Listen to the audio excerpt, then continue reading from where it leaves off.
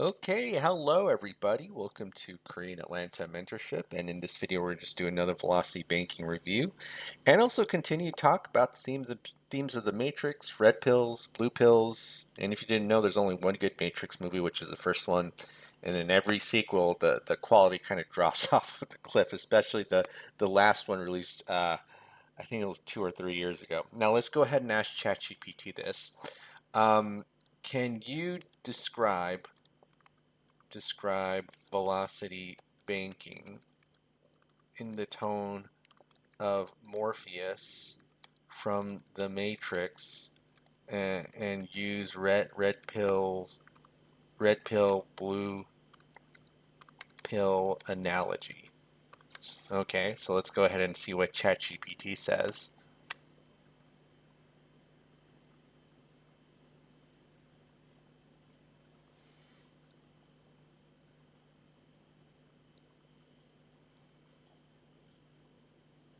All right, let's read it.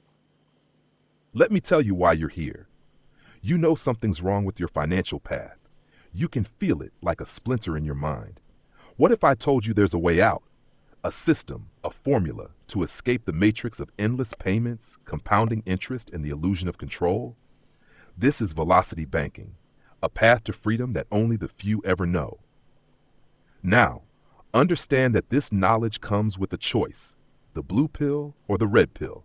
Take the blue pill and you go back to the way you've been taught, paying down your mortgage and debts over decades, trapped in the cycle, unaware of the true power you hold. But take the red pill and I'll show you a different world, a world where your mortgage, your debts, even your credit card interests work for you, not against you. Velocity banking is the red pill. It is a weapon against the bank's design, allowing you to use lines of credit like HELOCs to slash away at debt with precision. Every dollar, every payment you make is like bending the rules, stepping outside the matrix of compounding interest and into one where you dictate the terms. The choice is yours, as it always has been. Take the blue pill and remain a part of their system. Or take the red pill and let me show you how deep your power over your own wealth truly goes. Wow, that's a really good blue pill, red pill explanation.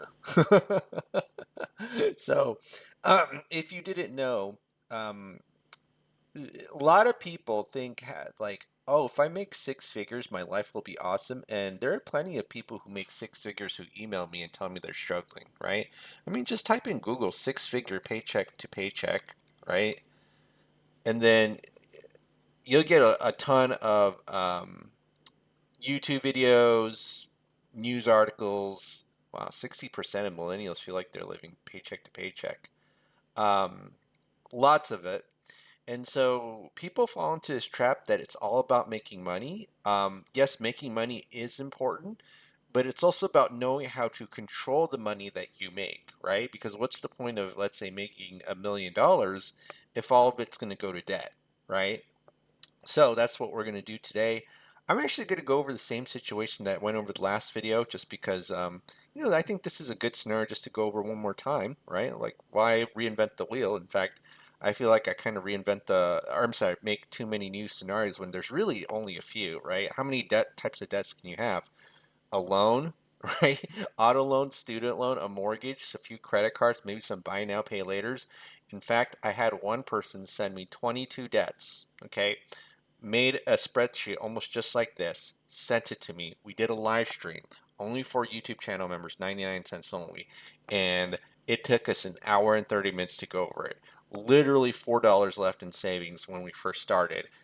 And we went over, like, hypothetically, what can we do? Because there was a maxed out line of credit that we were going to use as our main operating account. It's crazy. And so what happens with a lot of people is that they make money and then they just get into a lot of debt and they engage in something called segregation of income. So what is segregation of income? You make money and then your money gets split all over the place, right? Credit card here, 5 credit cards, 2 auto loans, 1 student loan, and a mortgage. And so when your money is split all over the place, it's not as effective as just putting your money into one place. And this is actually reinforced by just having a savings account. Now, I know there are a lot of you out there who feel bad, like, well, if I don't have any savings, I mean, where's my emergency fund going to come from? And that the answer to that is actually your line of credit, because while we're paying off debt, we're using it as our main operating account. We're using it to pay for expenses. We're using it for our emergency savings. That's the I'll say focus of velocity banking, is to use our line of credit as our main operating account. So what's a line of credit? All it is a financial tool where you could borrow money, pay it back, and then use it over and over again. In fact, if I just do a simple Google search, I could do something like personal line of credit, right? And let me scroll down, you could see articles from like when Lending Tree, I think this is Wix, and then scroll down, like look at this, U.S. Bank. People are like, where do I get a line of credit? It's like you get it from the bank, same place you get it like credit cards and stuff, right? But the reason why people don't think like, or they ask the question, where do I get a line of credit? And they can easily get credit cards, right? Is because it's not as heavily marketed and advertised. Like you don't go to a basketball game and hear brought to you by Visa or brought to you by MasterCard, right? And people think, oh, like advertising doesn't affect me. It totally does, right? That's why, because if you hear that too many times, you feel comfortable applying for that credit card. Whereas most people, they don't feel comfortable applying for a line of credit because they haven't heard that message in the basketball or football games that they watch, right? They don't hear brought to you by a personal line of credit. They don't. So um, the thing that the way that I always like to kind of describe a line of credit is that it's the bank offers it, but it kind of is almost like the salad at McDonald's. McDonald's doesn't advertise the salad as hard as the Big Mac, right? It's there. You got to know if you want it or not, but they're gonna push the credit card right in front of your face. Who wouldn't want 30% interest and having your money slightly locked up? When I say slightly locked up, meaning that it's very hard to pull out cash when you need it, versus a product where the interest rates are literally like 8 to 15% versus that 30, and you can just use that money whenever you need it, right? Like you can use it to pay anything, okay? And if you didn't know, I have over $527,000 in lines of credit. Over 527,000. Okay. So, yeah. So here's what the two requirements for velocity banking. Number one is the budget. So we just have a budget right here: income, expenses, leftover savings, credit cards, 2 auto loans, a student loan, a mortgage, and all your other expenses that never go away: food, gas, insurance, all that good stuff, right? And so this is what we need to do. So we have our budget, and then again, very important, you list every single debt, because velocity banking is a debt elimination strategy. It is not an income generation strategy, because banks don't lend money to people who don't make income. Right? I don't know if you knew that or not, but your credit report could be really, really, really good. Like you could give me an 850 score, but notice that there's a separate box for your income whenever you apply for any type of debt. And if you don't make enough income, they're going to automatically deny you. Okay? So, all right. Now, let's do the velocity banking side. So here we go again. Again, it would be nice if we made the same income, but we don't need to. But what's really important, and this is kind of like the key to success, is that we don't have any savings at all, right? And again, this savings account, this feeling of security of having your savings account blanket there, is really what causes people to not pay off their debt quickly. Okay, so we really are not going to have any savings at all. And what we're going to do is have something called cash flow, right? Cash flow. And all it is it looks kind of like savings, but the emphasis here, okay, emphasis here is that when our checking or savings account comes out, the statement, it should start at zero and it should end at zero. So when money comes into that checking account, you just dump it into the line of credit, right? As soon as possible. So that's what we're going to do right here. Money comes in, money comes out, and after the end of the month, the savings is gonna be zero. Okay.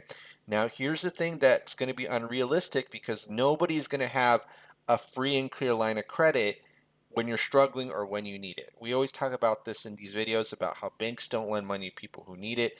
And the reason I actually assume that we have a free, clear line of credit is because I'm just trying to make the demonstrations easy. I'm not trying to make it too complicated. If you want complicated, go ahead and join the YouTube membership, 99 cents only, and watch that live stream of 22 debts, right? 22 debts and $4 of savings left over. Like, I couldn't even believe it. When that person sent me that sheet, I was looking, I was like, I had my mind blown. I was like, I couldn't even believe it. How does that, like, this is the unicorn of segregation of income. So that's why here, um I have it free and clear, but realistically, if you do have a line of credit, it's probably going to be maxed out. If you got one, and the bank, again, the bank doesn't lend you money. They want you to be at a point where, think of it like a vampire, and they see potential people that they can suck the blood off of. They want you to be at a point where you're full of blood, right? So when you got the blood drained out of you from all of this debt, okay, they're not going to lend you more money. Like that's the bank's point of view, right? Because what is there for you to suck if you have all these debt payments sucking the blood out of you? Nothing, right? How do you have to think of like a lender. How do I make money off of this person? And if you just indiscriminately lend, you're not going to make money from them, right? So that's why we have to get the line of credit before we need it. In fact, it's actually better to learn about this stuff before you even get into debt. That's how I have over $527,000 in lines of credit because I made sure that I'm never in this situation. Okay.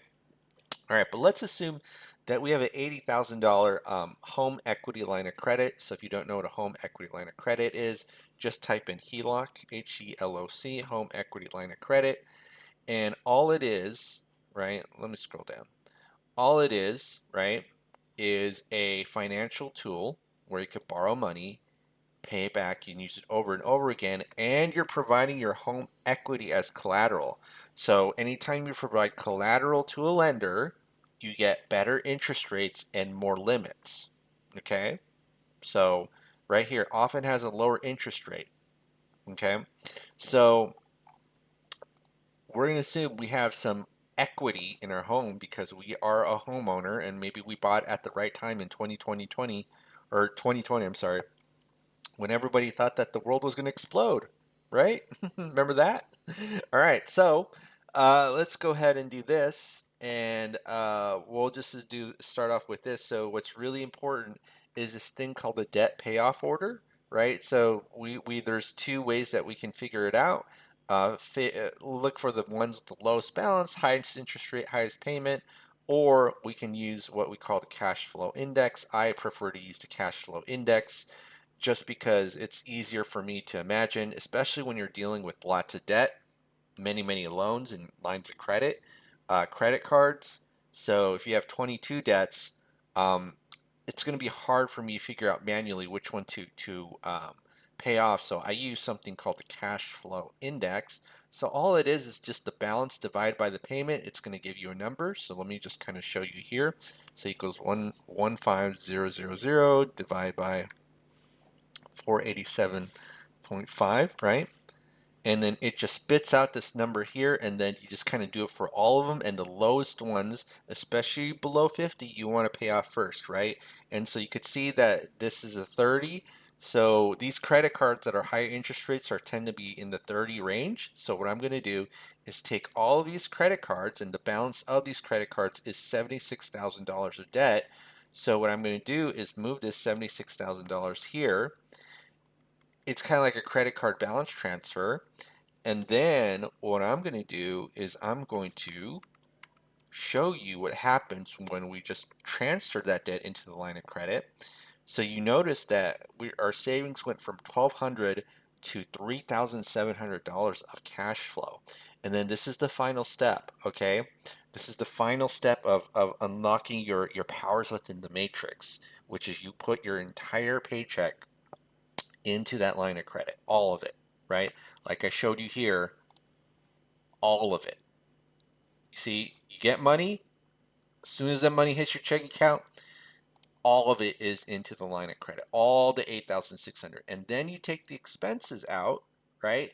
And after every single month, your cash flow will be reduced to used to reduce the balance of your debt. That's all it is, right? Simple, not a big deal. Okay, so I equals I2 plus 1, and then I'm just going to do this.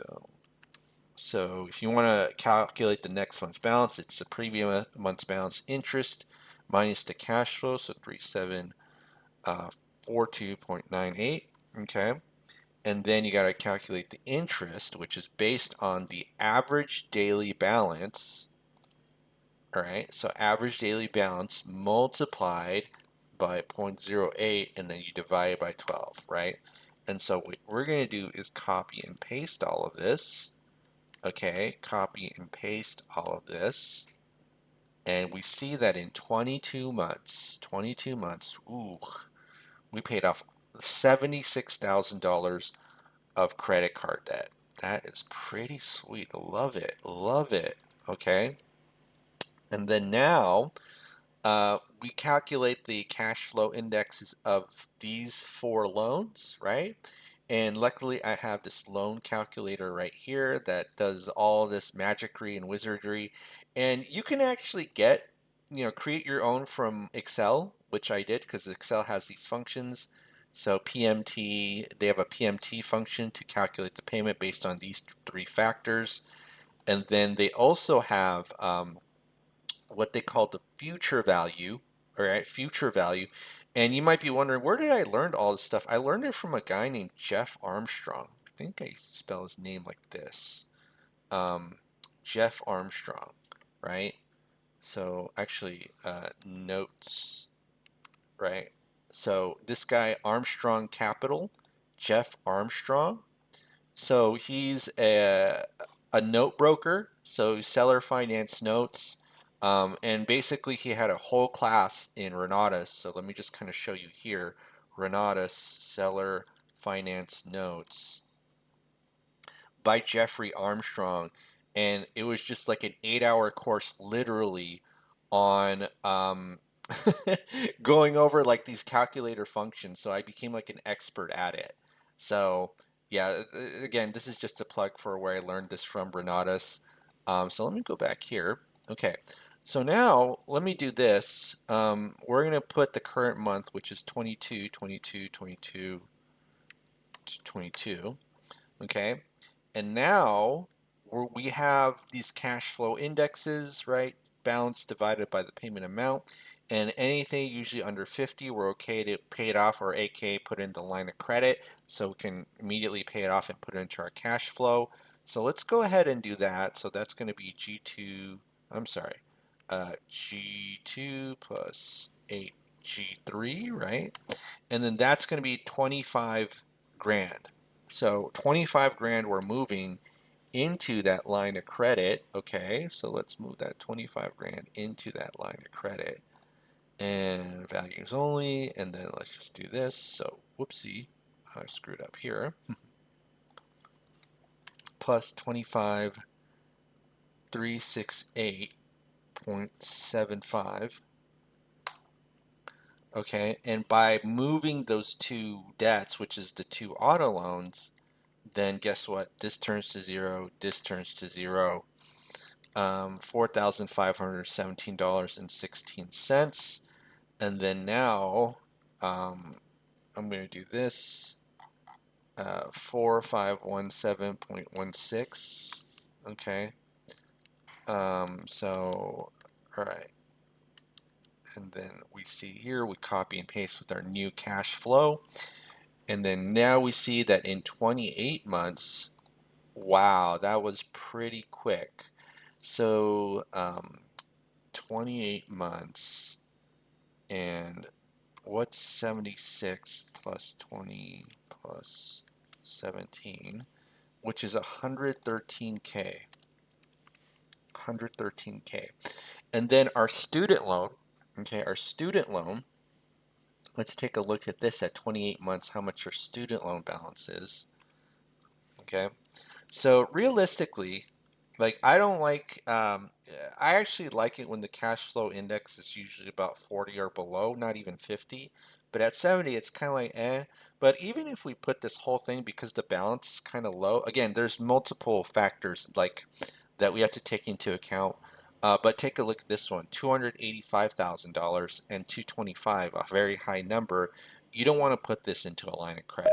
And there are people out there on the internet who are like proponents of like replacing your mortgage, like your low 3% mortgage line of credit. And I'm like, I don't know, because I always kind of do a lot of demonstrations that that's not a bueno idea, you know? Not good at all, but we'll yeah, it's not a good idea. But for now, again, I always talk about this just because I'm a little bit lazy. I'm okay with putting this in line of credit. I probably will overpay the interest, just maybe like a couple $100 or so in my experience, but let's go ahead and do that. Okay, so let's do that. And actually, these should be 0, 0. Okay, so we're going to go ahead and move this into that line of credit. Line of credit. Okay, and then this is plus 26989.90, right? And then what's our new cash flow? Well, it is going to be, this is going to go to 0, our student loan. All right, and now our new cash flow is 4885.19. 4885.19. So plus 4885.19. Wait, is it plus? No, it should be minus. Minus, my bad.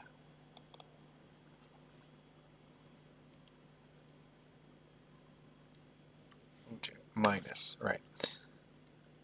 Wait, did I screw up? Oh, minus, minus. Oh, I can't believe Excel recognizes that. Okay, so now let's go ahead and do this. And we can see here in 34 months, and again, the interest is not that much. Take a look at this, right? Not that much. All right, so now let's go ahead and do this. 34 months. So 34 months we paid off the student loan, so it's now 113 plus 33, and so that's 146K. Okay, and now the mortgage, right? So one of the things I always like to show about the mortgage is that you should pay it off last, because what you don't want is to pay $300,000 to only get $1,200 back in your cash flow, right? Much better to pay off these high interest rate credit cards, right? For example, if I pay 27,000 and this 15,000, that's technically more than my mortgage, right? That's why I would pay off these credit cards first than I would the mortgage, because there's way too much money that has to get going to mortgage in order to get it back in my cash flow. Okay, so let's go ahead and do that, and then now this is 0, and then we are at month, I believe it was 34. Okay, so month 34, let me do that, month 34. So one of the things that I want to show, okay, is how much of the principal has been paid off, the actual balance of the loan. So that's going to be B5 minus G5, right? G5, 5. Okay. And so about 18 grand has been paid off. Okay. So 18,200. And so let's just do this. Let's see how long it takes us to pay off this $18,245 in the line of credit, right? Because it took us 34 months. So let's just do this. And again, because the cash flow, we only recover when it's completely paid off with an amortized loan, right? So we're going to go ahead and do this right here.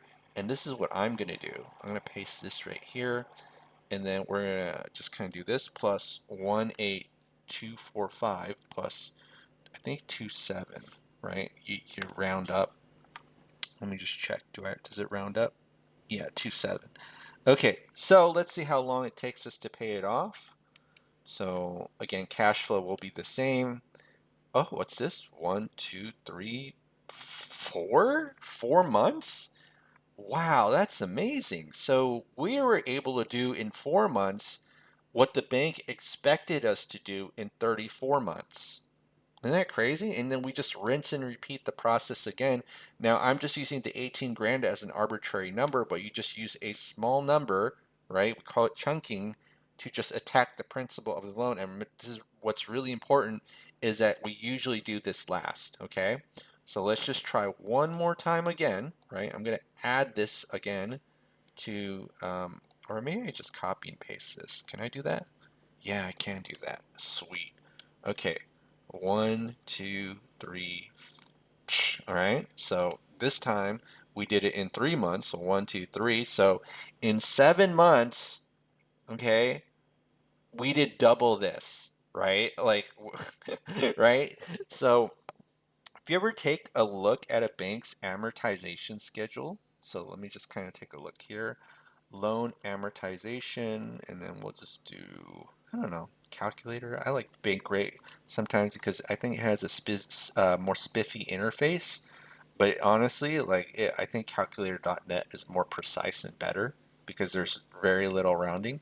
But even at a 3% interest rate, okay, 3% over 30 years actually means 50% interest. A lot of people don't know that, right?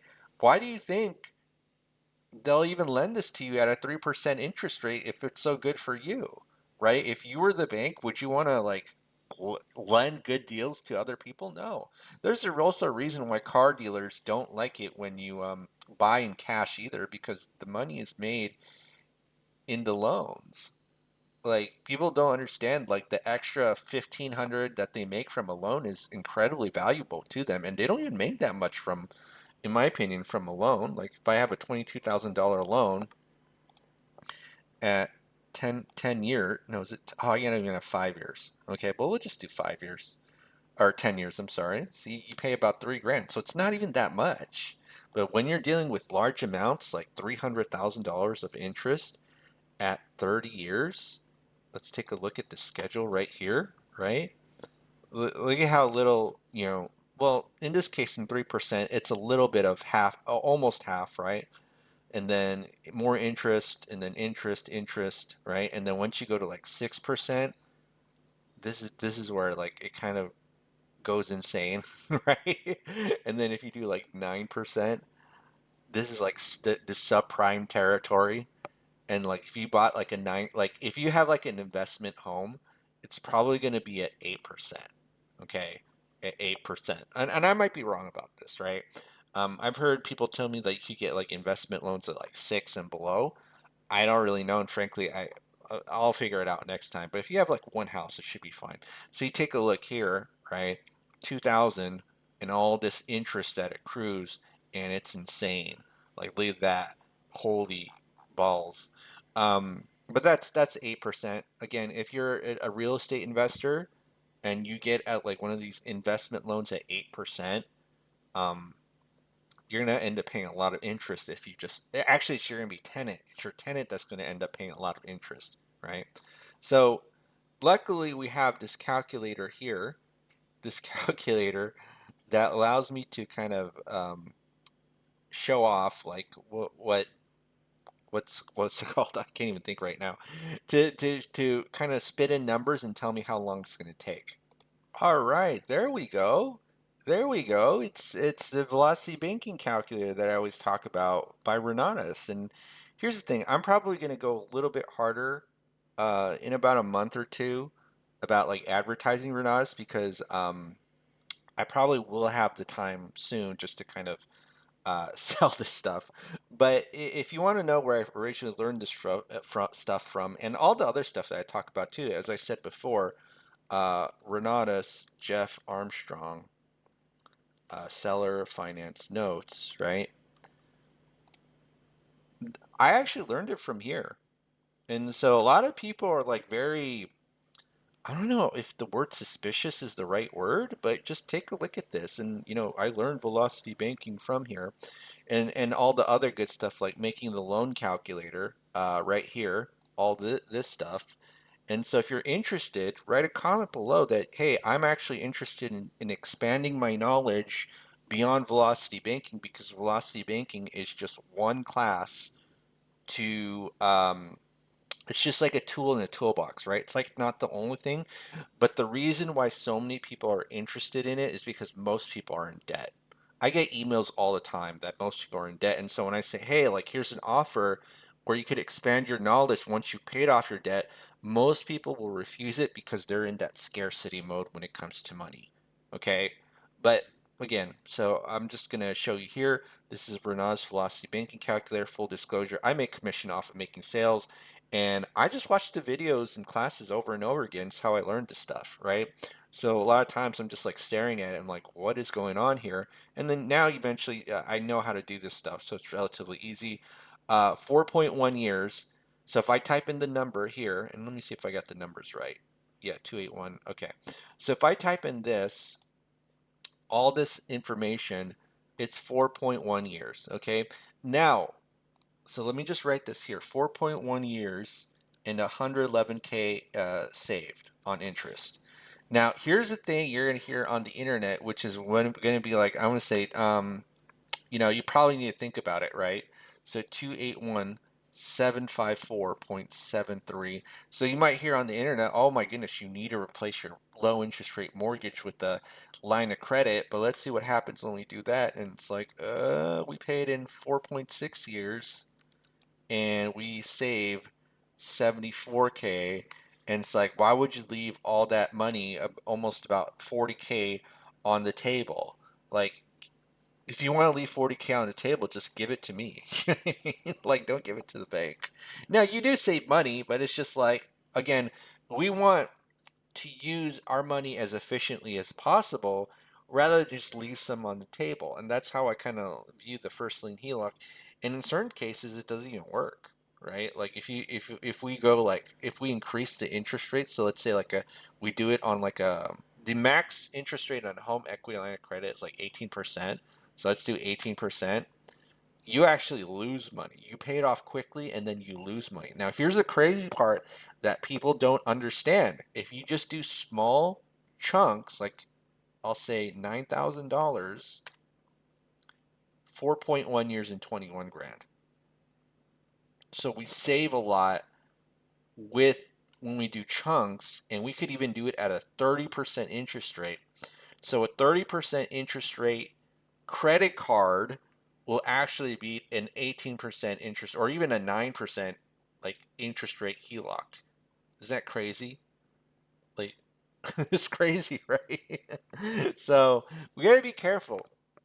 We gotta be careful, not just like blindly do things just because it makes us feel good and just kind of say, hey, line of credit always better than loan. That's not true. The line of credit is a tool. It's a tool to help us achieve our goals, but it's not, let's say, the absolute main focus. It's like one of the top three, but it's not the absolute main focus. That's why debt payoff order and all that good stuff is important. So now let's go back here. 4.1 years, $111,000 saved, and then now we're going to do 4. Where am I going to go? 4.1 years. So do final calculation: 34 divided by 12 plus 4.1, 6.93 years. Wow, is that right? Did I do something wrong? Maybe I screwed. Wow, 6.93 years? Are you kidding? How much is 34 months? 2 point. Oh, wow. That's crazy. Like, I thought. Oh, no, no. Wait, hold on. 34? Yeah. Oh, my goodness. Like, that's really quick, isn't it? All right, so let's do this. 6.93 years. I'm being amazed. I'm like being red pill filled. Like, I'm being fed with red pills right now. I'm like, I've been doing this for a long time too, and I'm like, I can't even believe it's that quick. So that's now 446K, 6K debt free. All right. So now we see under 7 years. Now here's the crazy part, right? We're not 7 year mortgage free.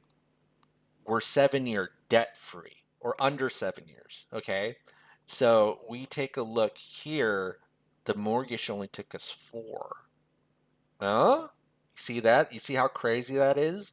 It only took us 4. So you could have been debt free or mortgage free in 4 years if you just started this journey without taking any credit cards or any auto loans or student loans. And now you're going to have what I call rich people problems, right?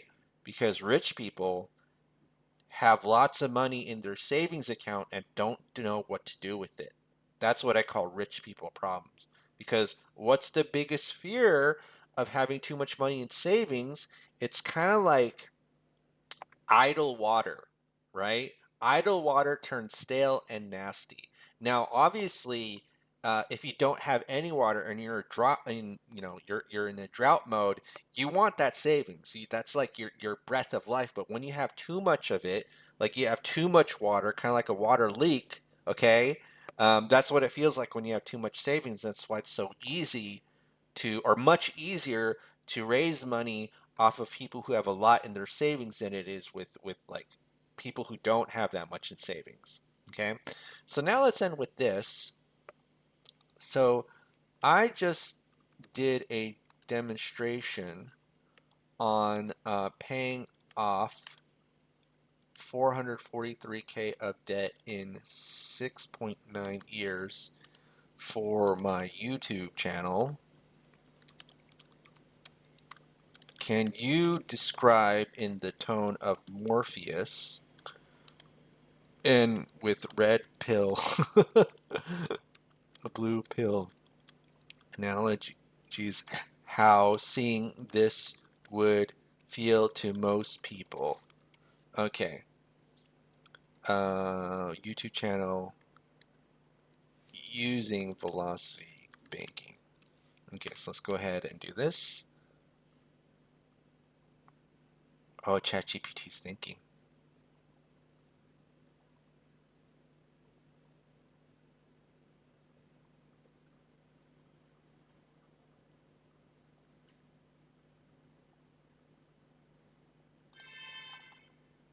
What you have witnessed is no ordinary feat. For most, seeing debt of $443,000 disappear in just under 7 years defies every rule they've been taught. It's as if they've caught a glimpse behind the curtain of the financial matrix, seeing perhaps for the first time that freedom from debt is not an impossibility, it's a choice. Most people, upon seeing this, feel a disturbance. Like waking from a deep slumber, they're confronted with a choice, the blue pill or the red pill. Take the blue pill, and they go back to the slow, numbing march of 30-year payments, of carrying the weight of compounded interest bound by invisible chains. But the red pill, that is the realization that they can shatter those chains. It's the truth that they too have the power to rewrite the terms of their financial destiny.